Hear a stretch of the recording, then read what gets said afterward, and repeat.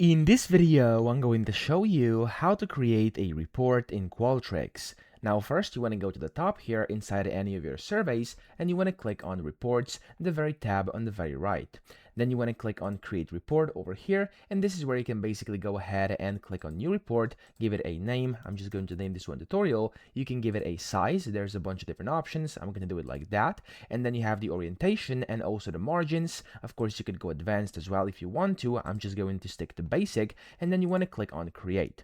Now, whenever you do this, it's going to start loading for a few seconds, and there we go. It's going to give you your report over here. Now, you can go ahead and get started by clicking on the Insert button here, and you can go ahead and basically put in like text area. You can put in your questions just like this over here. You can go ahead and put in survey metadata. So for example, like start date, end date, etc. And that way, as you can see, you'll be able to kind of create a report inside here, inside Qualtrics. Now, of course, up top, you have like a bunch of different options. You can export it, share it, edit it, change how you view it, etc. And then over here on the right, you'll have the settings and styles for each and every single one of these inserted blocks. So for example, if I select this first question here, I'm just going to go to settings. Here you can add different metrics. As you can see, you can add filters, like I can go, for example, top left over here. There we go. I can do none. It's up to you. Then you have the breakout. You have to display logic if you want to. You can go ahead and change the legend values. You could kind of change axes, etc. Okay, it's up to you. You can take your time and actually read through this. It's pretty self-explanatory.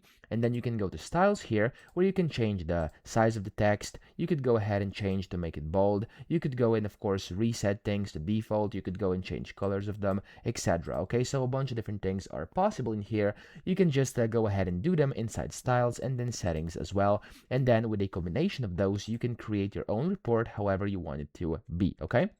Then over here in the top left, whenever you're ready, you can basically preview the public report just like this, and it's going to show you, there we go, this is my report. Or you could go and just download it as a PDF, and as you can see here, it will be automatically downloaded once the file is ready, and then you'll get it onto your computer and you can use it however you want. So that's essentially how to create a report in Qualtrics. I hope this video helped you out. If it did, please subscribe to the channel and help me out as well.